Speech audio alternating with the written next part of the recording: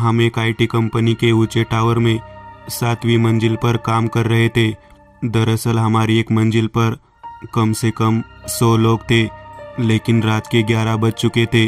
उस समय हमारी टीम में मैं, प्रिया, स्वप्निल, प्रवीण शामिल थे। प्रोडक्शन पर समस्या का समाधान करना आवश्यक था, इसलिए हमें ज़्यादातर समय देर रात तक काम करना पड़ता था। भूख लगने पर मैं टावर की छत पर बने कॉमन फूड एरिया में गया और खाना खाते खाते 12 बज चुके थे। वहाँ भी ज़्यादा लोग नहीं थे और हमारी पूरी मंजिल पर हम सिर्फ 4 लोग थे। अगस्त का महीना था, इसलिए बाहर कभी कभी बूंदाबांदी हो रही थी। हम 4 लोग अपने अपने कंप्यूटर पर काम कर रहे थे, लेकिन एक ही कक्ष में 12 बज चुके थे। मेरा ध्यान प्रिया पर गया। वह घबराई हुई इधर उधर देख रही थी। मैंने उससे पूछा, क्या हुआ प्रिया, ऐसे क्यों देख रही हो? वह हकलाते हुए बोली, नहीं कुछ नहीं, लेकिन हम सभी एक दूसरे को 2 साल से जानते थे, इसलिए मुझे यह समझने में देर नहीं लगी कि वो झूठ बोल रही है। मैं काम करते करते उसकी तरफ देख रहा था, वह अभी भी वही कर रही थी। कुछ देर बाद बाहर बारिश शुरू हो गई। शीशे से बाहर गिरती बारिश देखने में ज़्यादा मज़ा नहीं आ रहा, लेकिन फिर भी उसके रौद्र रूप का एहसास हो रहा था। अचानक बिजलियाँ कड़कने लगी। स्वप्निल ने कहा, निकल्या, क्या इस महीने में ऐसी बिजली देखना अलग नहीं लग रहा? मैंने कहा, ओ मैं भी यही सोच रहा था, लेकिन छोड़ो, प्रॉब्लम को देखो। मुझे अभी भी नहीं पता कि समस्या वास्तव में कहाँ है। तभी हमारी क्यूबिकल के ऊपर की लाइटें जलने बुझने लगी। तभी मेरा ध्यान प्रिया पर गया। वह डरी हुई लग रही थी। प्रवीण ने कहा, अरे हमारे ही क्यूबिकल पर लगे 2 बल्ब क्यों जल बुझ रहे हैं? मैंने कहा, मुझे भी नहीं पता, क्योंकि एक बल्ब बुझ जाए तो हम समझ सकते हैं, क्योंकि ऐसा तो होता ही रहता है, एक आध बल्ब बुझ जाता है, लेकिन अब 2 है और वो भी यहीं से। क्या तुझे कुछ अलग नहीं लग रहा प्रिया? प्रिया ध्यान नहीं दे रही थी। मैंने जोर से कहा, तुम क्या सोचती हो प्रिया? उसने चौंक कर मेरी तरफ देखा और बोली, हाँ हाँ लग रहा है। मैं जानता था कि उसका ध्यान नहीं था, लेकिन उसे पता नहीं था कि वास्तव में क्या हुआ था।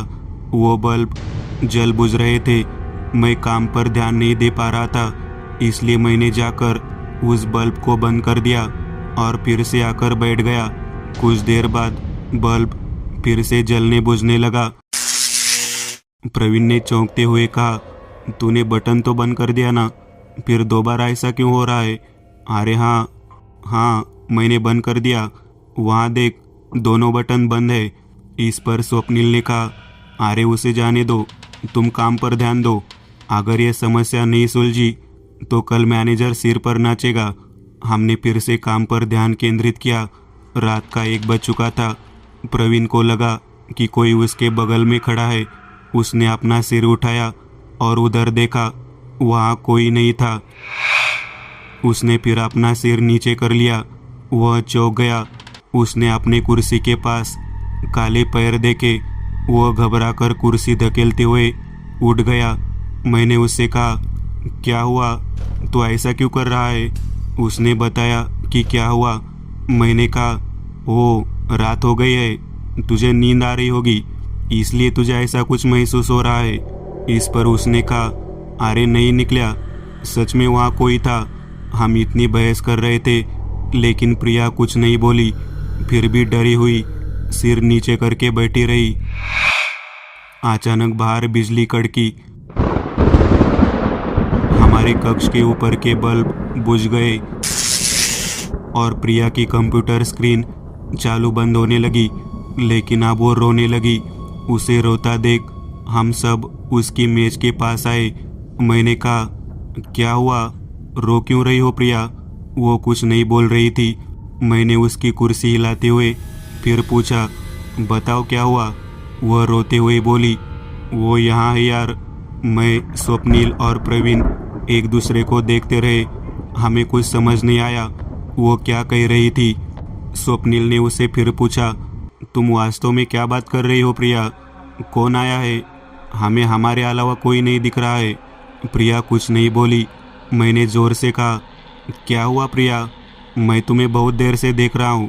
तू अलग अलग हरकतें कर रही है, डरी हुई लग रही है। प्रिया कुछ बोल तो नहीं रही थी, पर उसे सब कुछ याद आ रहा था। पिछली रात प्रिया के घर पर प्रिया सो रही थी। रात 2 बजे किसी आवाज़ से उसकी नींद खुल गई। उसने आंखें खोली। उसके सामने एक काला चेहरा दिखाई दिया, इतना काला कि केवल दांत ही दिखाई दे रहे थे। उसकी भयानक मुस्कान देखकर उसने अपनी आंखें बंद कर ली, लेकिन वह उसकी सांसों को अपनी तरफ महसूस कर सकती थी। उसने अपनी माँ को बुलाने की कोशिश की, लेकिन उसके मुंह से कोई आवाज़ नहीं निकल रही थी। वह इतनी डर गई थी कि बिस्तर से उठ नहीं पा रही थी, मानो किसी ने उसे बिस्तर से बांध दिया हो। जब उसने आंखें खोली तो देखा कि वही आकृति उसके पैरों के सामने खड़ी है। उसने उसका पैर पकड़ लिया और उसे अपने साथ खींच रहा था, और वो चिल्लाते हुए उठी। यह सब एक सपना था। उसकी आवाज़ सुनकर उसके माता पिता वहाँ आ गए। प्रिया बहुत डरी हुई थी। उसकी माँ को तुरंत एहसास हुआ कि उसने कोई बुरा सपना देखा होगा। यह एक सपना था या सच, ये प्रिया समझ नहीं पाई। उसकी माँ उसके बगल में सोई थी और प्रिया फिर से सो गई। सुबह 3 बजे वो फिर उठी, लेकिन इस बार वह बिस्तर पर नहीं थी, एक पुराने पत्थर के कमरे में। उस पत्थर के कमरे में पूरा अंधेरा था। एक तेल का दीपक जल रहा था। कमरे में एक लोहे की पट्टी वाला दरवाज़ा था। बाहर का हिस्सा थोड़ा थोड़ा दिख रहा था। वह उठी और दरवाजे से बाहर देखने लगी। अंधेरे में उसे कुछ दिखाई नहीं दे रहा था। वह अपनी आंखें चौड़ी करके दूर तक देखने की कोशिश कर रही थी। फिर अचानक उसके चेहरे के बिल्कुल करीब वही चेहरा उसके सामने आ गया, लेकिन इस बार उसे वही भरा हुआ शरीर, काला घुमावदार शरीर, भयावह मुस्कान, हाथ में तलवार जैसा हथियार दिखाई दिया। वह नज़ारा देखकर प्रिया जोर से चिल्लाई और फिर जाग गई। ये भी कोई सपना था, लेकिन सपना सच होता नजर आ रहा है। प्रिया की माँ भी जाग रही थी। उन्हें अब चिंता हो रही थी। प्रिया दोबारा सोना नहीं चाहती थी, लेकिन माँ के पास होते हुए वह फिर सो गई। लेकिन उसे लगा कि उसके आसपास कोई है। सुबह वह हमेशा की तरह उठी और ऑफिस आ गई। ऑफिस में प्रिया ने हमें इस मामले के बारे में सब बताया। इस पर स्वप्निल ने कहा, तू सपने के बारे में इतना क्यों सोच रही है? इस पर वो बोली, अरे मैं आपको क्या बताऊं, उसे 1 दिन पहले भी मैंने यही सपना देखा था। मुझे लगातार लगता है कि मेरे बगल में कोई है। आप भी न जाने कितनी बार मैंने ऑफिस में वही चेहरा देखा है। मैंने कहा, क्या क्या तूने वो चेहरा यहाँ भी देखा? प्रिया कुछ बोलने ही वाली थी, तभी उसके कंप्यूटर की स्क्रीन अपने आप हिलने लगी। बाकी दोनों की स्क्रीन भी हिलने लगी। मुझे कुछ समझ नहीं आया, क्योंकि यहाँ तो कुछ हो ही नहीं रहा था। प्रवीण डरते हुए बोला, अरे ये क्या हो रहा है? इस बीच एसी डक्ट पर एक जगह का कवर उड़ गया और वहाँ से हवा चलने लगी, जिससे माहौल बदल गया। इससे पहले कि हम समझ पाते कि क्या हो रहा है, हमारे पूरे फ्लोर की लाइटें बुझ गई। फिर भी तीनों की कंप्यूटर स्क्रीन चालू बंद होते होते हिल रही थी।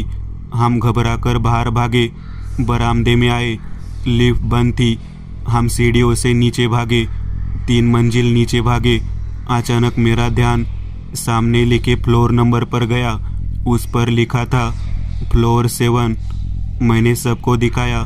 हमने आसपास देखा। हम अपने अपने फ्लोर पर थे, लेकिन इस बार अंदर लाइटें जल रही थी। इस पर स्वप्निल ने कहा, यह कैसे संभव है? हम 3 मंजिल नीचे चले गए थे, हम यहाँ वापस कैसे आए? प्रवीण ने कहा, मुझे नहीं लगता कि यह कोई साधारण मामला है। मुझे लगता है कि प्रिया जो भी कह रही है वह सच है। इस पर मैंने कहा, वह सब तो ठीक है, लेकिन आप क्या करें? स्वप्निल ने कहा, चलो अंदर चलते हैं और सुबह होने का इंतज़ार करते हैं, क्योंकि अगर हमने ऐसी कोशिशें की तो हम बाहर नहीं जा पाएंगे। हम फिर से अपने डेस्क पर बैठ गए। सुबह के 3 बज रहे थे। हमने घर पर फ़ोन करने की कोशिश की, लेकिन किसी के फ़ोन की रेंज नहीं थी। कंपनी के फ़ोन भी बंद थे, इंटरनेट बंद है। अचानक सारी लाइटें फिर से बुझ गई। हर तरफ अंधेरा फैल गया। एक बात ध्यान में आई कि इस बार शीशे के पर्दे लगे थे, इसलिए बाहर की रोशनी अंदर नहीं आ रही थी। हमारी पूरी मंजिल पर अंधेरा था। इतने में हमें प्रिया की चीख सुनाई दी। मैंने मोबाइल की टॉर्च चालू की तो वो अपनी डेस्क पर थी। प्रवीण उसके पास गया और बोला, क्या कर रही हो प्रिया? ऐसे क्यों चिल्लाई? तभी उसने अपनी गर्दन पूरी तरह पीछे पीठ तक झुका ली और हंसने लगी। यह देखकर हमारी जबान घूम गई। तभी प्रिया की चीख फिर से सुनाई दी। मैंने कहा, अरे ये प्रिया नहीं है, प्रिया को ढूंढो। हम पूरे अंधेरे में उसे ढूंढ रहे थे। स्वप्निल ने उसे एक शीशे के पास खड़े देखा। हम उसके पास दौड़े। वह शीशे पर सिर पटका कर खड़ी थी। मैंने उसे जोर से हिलाया तो वो इधर उधर देखने लगी, जैसे कि नींद से जाग रही हो। प्रवीण ने उससे पूछा, तुम यहाँ कैसे आई? इस पर उसने कहा, किसी ने मुझे कुर्सी से खींच लिया, मुझे और कुछ याद नहीं है। मैंने उससे कहा, तू जो कह रही है वो कुछ तो है, हमें तो तू एक अलग ही रूप में दिखी। उसी समय एक आदमी की हंसी सुनाई दी। हम भागे और अपनी डेस्क के पास छिप गए। कोई हमारे कक्ष के पास से गुजर रहा था। मैं इतना डर गया था कि मैं अपने दिल की धड़कन सुन सकता था। पूरा स्थान भारी लग रहा था। हर जगह एक अलग सी गंध फैल गई थी। तभी क्यूबिकल के एक तरफ हमने काले पैर देखे। जैसे ही हमने ऊपर देखा तब हमें एहसास हुआ कि यह केवल कमर के नीचे की साइड थी। उसने अलग तरह के कपड़े पहने हुए थे। जैसे ही हम दूसरी तरफ भागने वाले थे, दूसरी तरफ वही चेहरा हमारे सामने आ गया। काला क्रूर मुस्कान के साथ उसकी जीभ बाहर निकली हुई थी। उसके दांत नुकीले थे। उसकी आंखों में एक राक्षसीपन था। हमने वह चेहरा पहली बार देखा था। प्रवीण इस भयानक अनुभव को सहन नहीं कर सका। वो बेहोश हो गया। प्रिया रो रही थी। मैं और स्वप्निल एक दूसरे को देख रहे थे। उस समय सिर पूरी तरह से सुन्न हो गया था। स्वप्निल ने मारुति स्तोत्र का जाप करना शुरू कर दिया, लेकिन कोई असर नहीं हुआ। शरीर के दोनों अंग जुड़ गए और उसने स्वप्निल को दूर फेंक दिया। ऐसा लग रहा था कि उसे हम में कोई दिलचस्पी नहीं है। वो आकृति प्रिया को खींचने लगी। प्रिया का सपना मेरे सामने फिर से घटित हो रहा था। इतने में मैंने हिम्मत जुटाई और चिल्लाया, छोड़ उसे। उसने मुड़कर मेरी ओर देखा। दरअसल उसका मेरे ऐसे संपर्क में आने का पहला अवसर था। वह क्रूर मुस्कान के साथ मेरी ओर आया। मैं डेस्क के पास खड़ा था। मैंने हिम्मत जुटाई, लेकिन अंदर से डरा हुआ हूँ। उसके पैर हवा में थे। वह मुझसे कम से कम 1 फुट लंबा होगा। जैसे ही उसने मुझे छुआ तो वह दूर हट गया, जैसे उसे किसी बात का डर हो। मुझे कुछ समझ नहीं आया, लेकिन इससे पहले कि मुझे पता चलता, प्रिया मेरे सामने हवा में थी। उसके चेहरे पर अब वही मुस्कान थी। मैं समझ गया कि अब प्रिया के शरीर पर उसका नियंत्रण है। वो मुस्कुरा रही थी। मुझे समझ नहीं आया कि वो प्रिया के शरीर में क्यों घुसा। फिर भी वो मेरे पास नहीं आ रही थी। प्रिया के शरीर में होते हुए भी वो मुझ पर हमला नहीं कर रहा था। मुझे कुछ आत्मविश्वास मिला। मैं प्रिया की तरफ गया, लेकिन जैसे ही मैं वहाँ गया, प्रिया दीवार से चिपक गई और मेरे ऊपर कूद गई। मुझे जोरदार झटका लगा। मैं दूर तक उड़ गया। तब मुझे एहसास हुआ कि जैसे ही मैं डेस्क से दूर हुआ तो मुझ पर हमला हो गया।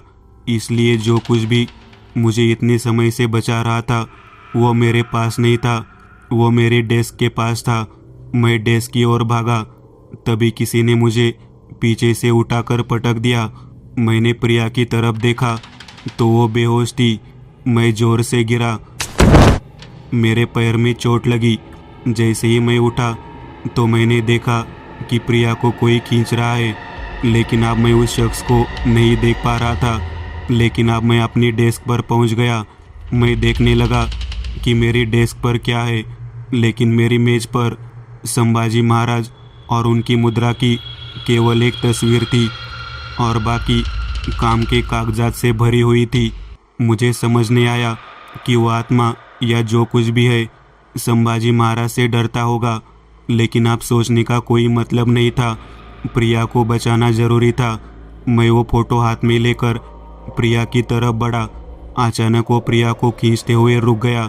मैं प्रिया के पास बैठ गया और मुझे नहीं पता था कि क्या होगा। मैं उस आत्मा की अगली चाल का इंतज़ार कर रहा था, लेकिन बहुत देर तक कुछ नहीं हुआ। 5 बजे थे। मैंने सबके चेहरे पर पानी के छींटे मारी और उन्हें होश में लाया। माहौल बदल चुका था, सारी लाइटें जल चुकी थी। हम सब लिफ्ट से नीचे आए और प्रिया के घर गए। हम सभी को देखकर प्रिया के घर वाले कई सवाल पूछने लगे, क्योंकि वे रात से फ़ोन कर रहे थे, लेकिन किसी का फ़ोन नहीं लग रहा था। हम सब घर में चुपचाप बैठे रहे। प्रिया सो रही थी और मैंने उन्हें जो कुछ हुआ सब विस्तार से बताया। इस पर प्रिया की माँ ने कहा, हे भगवान, इतना कुछ हो गया और ये सब प्रिया के साथ ही क्यों? इस पर मैंने कहा, दरअसल मैं यही सोच रहा हूँ आंटी, इसकी शुरुआत कब हुई? इस पर उन्होंने कहा, 2 दिन हो गए, कुछ अलग व्यवहार कर रही है। 2 दिन? उससे पहले हम घूमने के लिए नांदगांव गए थे, मेरे मामा के पास। इस पर उसके पिता ने कहा, तो ज़रूर कुछ तभी हुआ होगा। तुम कहाँ गए थे, ठीक से याद करो। शनिवार को हम अलीबाग गए, वहाँ किला देखा। दोपहर को नांदगांव गए, फिर घर पर रुके। अगले दिन घर से निकले, रेवदंडा किला आए, फिर रात तक घर आए। और हाँ, आते समय हम मुरुड़ भी जाने वाले थे, लेकिन वहाँ बहुत भीड़ थी, इसलिए हम टिकट खिड़की के पास गए और वापस आ गए। इस पर स्वप्निल ने कहा, लेकिन इसमें अलग क्या है? प्रिया की माँ ने कहा, हमारी जान पहचान के एक सज्जन है, क्या फ़र्क है वो ही बता सकते हैं। कौन है वो? चलो तुरंत उनके पास चलते हैं। उन्होंने कहा, उनका नाम एकदंत है। मैं फ़ोन करके देखती हूँ कि वह घर पर है या नहीं। हमारी किस्मत अच्छी थी, एकदंत उस दिन घर पर ही थे। मैं, स्वप्निल, प्रिया और उसके माता पिता सुबह सुबह उनके बंगले पर पहुँच गए। एकदंत बाहर ही बैठे थे। हमने जाकर उन्हें प्रणाम किया। हम सब बाहर बगीचे में बैठे। एकदंत ने कहा, बताओ, मैं तुम्हारी क्या सहायता कर सकता हूँ? फिर मैंने उन्हें वह सब कुछ बताया जो घटित हुआ था। उन्होंने कहा, अगर आप उससे पहले बाहर गए हैं तो बाधा बाहर ही है, लेकिन कुछ भ्रमित करने वाली बातें भी है। मारुति स्तोत्र से उस पर कोई फर्क नहीं पड़ा और शंभुराजे की फ़ोटो से पड़ा। मैंने अब तक बहुत सारे मामले देखे हैं, लेकिन ऐसा कभी नहीं हुआ। लेकिन मेरा अनुभव कहता है कि कोई चीज़ उसे अपने साथ ले आई है। जब आप वहाँ से आए तो क्या आप कुछ लेकर आए थे? प्रिया ने इस बारे में सोचा और कहा, मुझे मछली बहुत पसंद है, इसलिए जब मैं आई तो निखिल की मौसी से मछली बनवा कर लाई थी। इस पर एकदंत ने कहा, और उसके बाद तुम कहाँ गए? इस पर प्रिया ने कहा, रेवदंडा किले पर और दंडा राजपुरी यानी मुरुड़ के तट पर। एकदंत ने कहा, मैं आप स्थिति को समझता हूँ, जो कुछ भी है वह भोजन की राह पर है, लेकिन यह क्या है इसके लिए हमें आज रात का इंतज़ार करना होगा। आप सभी निश्चिंत रहे, मैं आज रात 10 बजे तुम्हारे घर आऊँगा। तो उन्होंने तुरंत अपना काम शुरू कर दिया। हम सब घर आ गए। हमें पूरी रात नींद नहीं आई थी, तो हम अपने अपने घर जाकर सो गए और रात 10 बजे हम प्रिया के घर भी इकट्ठा हुए। रात 10 बजे के बाद एकदंत आए। उन्होंने कहा, मैं ये ताबीज़ प्रिया के पास दे रहा हूँ, बस वो तकिया के नीचे रख कर सो जाना। वो जो भी होगा तुम्हारे पास नहीं आ पाएगा। मैं इस हल्दी को कमरे में तुम्हारे बिस्तर के चारों ओर फैलाने जा रहा हूँ, इसलिए अब तुम बिस्तर पर जाकर सो जाओ। प्रिया हमेशा की तरह बिस्तर पर सो रही थी। एकदंत ने उसके चारों ओर हल्दी की एक परत बिछा दी और हम सब एक कमरे में बैठ गए। रात 12 बजे के बाद प्रिया के कमरे में वही आकृति आई। एकदंत को अपने अनुभव से पता था कि 15 मिनट के भीतर जो कुछ भी है वह सब निकल जाएगा। तो हम सब 12:20 को प्रिया के कमरे में गए। सामने का नज़ारा देखकर हम हैरान रह गए। प्रिया सामने दीवार से चिपकी हुई थी। उसकी गर्दन झुकी हुई थी, लेकिन वह जोर जोर से हंस रही थी। एकदंत को भी आश्चर्य हुआ। जो कुछ भी था वह वही था, और अचानक उसने अपना सिर उठाया। लाला के हम पर टिक गई। एकदंत के सहयोगी केशव उसकी ओर बढ़े तो उसने अपना हाथ उठाया। केशव दूर जाकर गिर पड़ा। प्रिया दूसरी भाषा में बोलने लगी। एकदंत ने अपने पास रखी काने पानी की बोतल ढक्कन खोलकर प्रिया की ओर फेंकी। जैसे ही पानी उस पर गिरा, वो थोड़ी देर के लिए थरथराने लगी और गिरकर बिस्तर पर अजीब तरह से लेट गई। एकदंत ने कहा, निखिल, वो फोटो लाओ और उस बिस्तर पर रख दो। अभी हमें बहुत काम करना है। मैंने उस ऑफिस की फोटो सामने वाली दीवार पर चिपका दी। एकदंत ने प्रिया के बिस्तर के चारों ओर पानी का अखाड़ा बनाया और हम बाहर आ गए। एकदंत ने हमें बताया, यह उतना आसान नहीं है जितना मैंने सोचा था। यह खविस है और इसकी मृत्यु बहुत पुरानी है, इसलिए इसकी शक्ति बहुत ज़्यादा है। मैंने जो ताबीज़ दिया वह बहुत शक्तिशाली था, लेकिन इस खविस की ताकत उससे भी ज़्यादा है। हमें मुरुड जाना है, वहाँ जाकर आगे की जानकारी लेनी है। निखिल, मैं और केशव मुरुड जाते हैं, तुम यही रुको। प्रिया खतरे में नहीं है, लेकिन सावधान रहना। हम तीनों रात को मुरुड के लिए निकले। सुबह 6 बजे हम पहुंच गए। वहां पहुंचकर हम एक दरगाह पर गए, क्योंकि वह दरगाह मुरुड के बहुत पुरानी है। हमें उम्मीद थी कि वहां कुछ जानकारी मिलेगी। दरगाह में प्रवेश करने के बाद हमने वहां के लोगों से चर्चा की, जिन्होंने हमें वहां रहने वाले अब्दुल चाचा के बारे में बताया। वे इसमें हमारी मदद कर सकते हैं। हम तुरंत उनके घर पहुंचे। वो एक बूढ़े सज्जन थे, बड़ी हुई दाढ़ी, गंजे। हमने उन्हें बताया कि क्या हुआ। फिर वो अंदर गए और उर्दू में कुछ लिखा हुआ लेकर आए। उन्होंने कहा, इस क्षेत्र में कई खवीस है। खवीस की कई किस्में मानी जाती है, लेकिन आप जिस खवीस के बारे में बात कर रहे हैं वह हबशी है। ये लोग मूल से अफ्रीकी है। 450 साल पहले व्यापार करने और इस क्षेत्र पर शासन करने के लिए यहाँ आए थे। वे यहाँ के लोगों पर अत्याचार करते थे, लड़कियों का अपहरण कर उन्हें दूसरे देशों में बेच देते थे, और यहाँ की मुगल, पुर्तगाल और ब्रिटिश शक्तियों से मिले हुए थे। उस समय ऐसे लोगों को किसी कारणवश बेरहमी से मार दिया जाता था। इतने वर्षों में वे खवीस बन गए थे। इतने शक्तिशाली होने के कारण उन्हें हराना मुश्किल है, लेकिन हमने इसका समाधान ढूंढ लिया है, क्योंकि वे इस क्षेत्र में बहुत परेशानी पैदा कर रहे थे। यह पानी और यह मंत्रित राग हम अफ्रीका की आदिवासी जनजाति से लाए हैं। इससे खवीस को उसके मूल स्थान पर छोड़ सकते हैं। उसे मुक्त करना हमारे हाथ में नहीं है, लेकिन हम उससे छुटकारा पा सकते हैं। इस राख और इस पानी को लड़की के शरीर पर छिड़के। इस राख को उसकी जीभ पर रखे, वह ठीक हो जाएगी। एकदंत और चाचा के बीच कुछ बातचीत हुई। हम उन्हें धन्यवाद देते हुए जल्दी से घर आ गए। प्रिया के घर आए। घर में सब कुछ शांत था। हमने आकर प्रिया के शरीर पर पानी छिड़का और उसकी जीभ पर राख लगाई। कुछ ही पलों में वो सो गई। एकदंत ने कहा, आप सब ठीक हो गया है। जब मैं शाम को वापस आऊँगा बाकी के बारे में बात करते हैं। एकदंत चले गए। हमने भी घर जाकर आराम किया। शाम को फिर प्रिया के घर इकट्ठा हुए। कुछ देर बाद एकदंत आए। हम उनके साथ हॉल में बैठकर कॉफ़ी पीने लगे। फिर एकदंत कहने लगे, मैं अब आपके सभी सवालों का जवाब दूंगा। जो प्रिया को परेशान कर रहा था वह खवीस था। वह उस मछली का पीछा करते हुए यहाँ आया था जिसे वह अपने साथ लेकर आई थी। कई बार लोग कहते हैं कि सफ़र में इतना तला हुआ खाना नहीं ले जाना चाहिए, यहाँ तक कि मांसाहारी भी नहीं।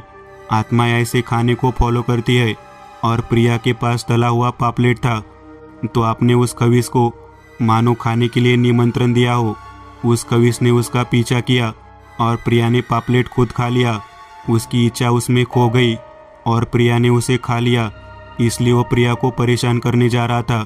वह मूल स्थान से बहुत दूर था, तो जब हर भूत अधिक शक्तिशाली होता है रात 12 बजे के बाद, तभी वह परेशानी दे रहा था। वह खवीस हबशी था। वह जंजीरा या उसके आसपास रह रहा होगा और जिस तरह से आपने वर्णन किया है वो काला है आदि। ऐसे लोग रेवदंडा में नहीं बल्कि जंजीरा के पास रहते थे, इसलिए हम सीधे मुरुड चले गए। इस पर मैंने कहा, इससे शंभुराजे का क्या संबंध है? इस पर उन्होंने कहा, मेरे सामने भी यही बड़ा सवाल था। मेरा अनुमान है कोई भी आदमी जिस चीज़ से डरता है या जिस पर विश्वास करता है, जब वो जीवित है तो मृत्यु के बाद भी उससे डरेगा या उस पर विश्वास करेगा। वह हबशी हिंदू नहीं था। उसने कभी भी मारुति भगवान पर विश्वास नहीं किया, इसलिए उस पर मारुति स्तोत्र का कोई असर नहीं हुआ। लेकिन 300 साल पहले संभाजी महाराज ने हबशी लोगों को आतंकित किया, डंडा राजपुरी पर विजय प्राप्त की, जंजीरा भी जीत लिया, तो शायद उस समय उन्हें शंभुराजे का डर था और वो डर उनकी मृत्यु के बाद भी बना रहा। इस पर मैंने कहा, तो वो खवीस 300 साल पुराना था। इस पर एकदंत ने कहा, हाँ, अनुमान वही है और मूल अफ्रीकी खवीस को मारने की ट्रिक जानते थे, तो हमें वो दवा मिली। लेकिन अब आज प्रिया पर नज़र रखेंगे, देखेंगे कि उसे आज रात कोई परेशानी तो नहीं हो रही है। हम रात को वहीं रुके, लेकिन प्रिया को बिल्कुल भी तकलीफ नहीं हुई। वो पूरी तरह आज़ाद थी।